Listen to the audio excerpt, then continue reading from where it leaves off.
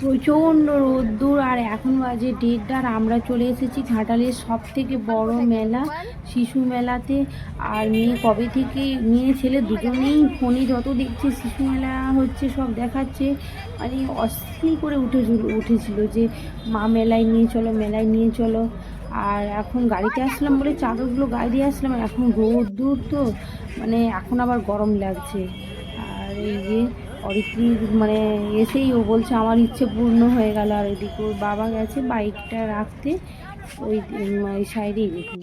আর এখানে ওই যে আমরা গেটে ঢুকছি, আর শিশুমেলার মাঠে একটা বড় বেলুন টাঙানো রয়েছে, সেটা দেখেই গোপাল তো এক্সাইটেড, ও মানে ভীষণ মানে নাচতে লেগে পড়েছে।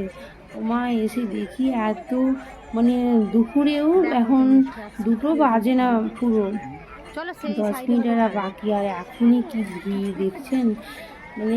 আর শিশু মেলাতে যেদিকেই তাকাবেন সব জায়গাতেই শুধুই মানে ওই জামা প্যান্ট মানে বাচ্চাদের জিনিস কেনার জন্য একদম উপযুক্ত। আর এখানে এসে বলছে, অরিত্রী এসেই বলছে আগে মা চলো তুমি সেলফি স্টিকগুলো নে, ওখানে ভিড় হয়ে যাবে, সব কেনাকাটার আগে ওখানে আমি ফটো তুলে নেবো। আর ওই জন্যে এখান দিয়েই যাচ্ছিলাম, ওই জন্য ফটো তোলার পরে আর এই দিকটায় মিউজিয়ামে চলে আসি, কারণ মিউজিয়ামটা ভিড় হয়।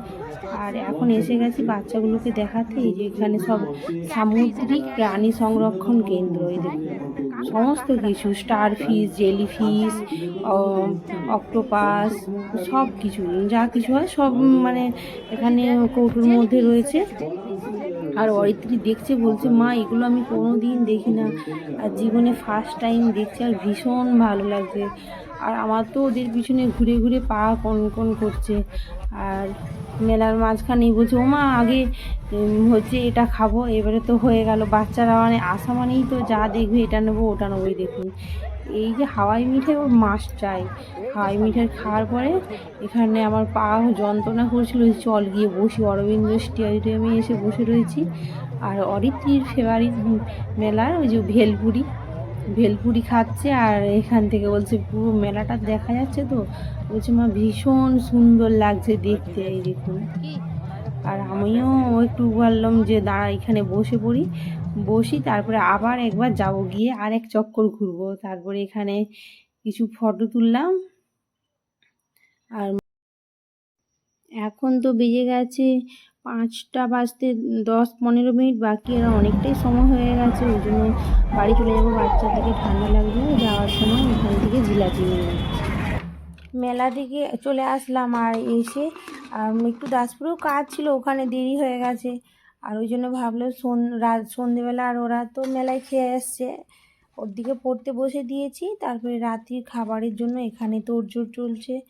আর এখানে আজকে রাত্রিতে এর জন্য ওই যে বড়ি ভাজা করছি, 4জনের 4টে গয়না বড়ি, আর হচ্ছে একটু তিলকে হচ্ছে গ্রাইন্ডারে পেস্ট করে নিচ্ছি, তিলের বড়া হবে। আর এই তিলের বড়া দিয়ে না রাত্রিতে ভাত খেতে ভীষণ ভালো লাগে, কারণ রাত্রিতে আমাদের বেশি সবজি হয় না, বেশিরভাগই মাছ ভাজা থাকলে মাছ ভাজা, কোনো কিছু মানে ডাল সেদ্ধ এইসব দিয়েই হয়, রাত্রিতে আমরা সবজি খুব একটা করি না।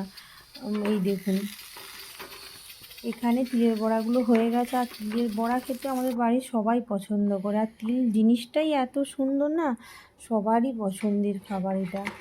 আর এটাকে শুধু পেঁয়াজ দিয়ে আর নুন লঙ্কা দিয়ে আমি মেখে এটা বড়ার মতো করে ভাজা করে নিয়েছি। দেখুন তিলের বড়াগুলি আমার হয়ে গেছে গরম গরম। আর এখন তো বাজে 8:30 বাজে, আর তাড়াতাড়ি খেয়ে আজকে হচ্ছে বাচ্চাগুলো সারাদিন ঘুমোয় না তো, ওরাও ঘুমিয়ে পড়বে। আর মেলাঘাটে গেলে না মানে সত্যি কথা বলতে পরিশ্রম হয়, মানে বাচ্চাদিকে নিয়ে ঘোরা ভীষণই একটা চাপের ব্যাপার।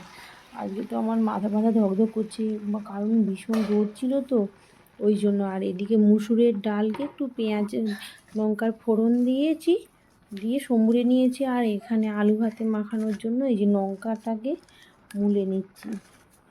আর অরিত্রীর বাবা তো খুব তাড়াতাড়ি খেয়েছিল, তাকেও খিদে পেয়ে গেছে, ওই জন্য তাকে আগে দিয়ে দিচ্ছি, তারপরে অরিত্রী একটু পরে খাবে, আমরা একটু পরে খাবো, ওর পড়া করছে তো। আর এখানে আমার আলু ভাতে ডাল আর টমাটো একটা সেদ্ধ করতে দিয়েছিলাম ভাতের সাথে, আর ওটা বেশ টকটক লাগে, ভালো লাগে, ওটা পেঁয়াজ কাঁচা লঙ্কা দিয়ে মেখে নিয়েছি, দিয়ে অল্প একটু শসা দিয়েছি, দিয়ে আমার রাত্রির খাবার রেডি। আর নতুন চালের ভাত বলে না আজকে ভাতটা খুব একটা ঝরঝরা হলো না। আর এদিকে সব রেডি করে ওর বাবাকে খেতে দিয়ে দিয়েছি। আর ওরা তো পরে খাবে। আজকের ভিডিও এখানেই শেষ করছি। আবার দেখা হবে আরও একটি নতুন ব্লগে।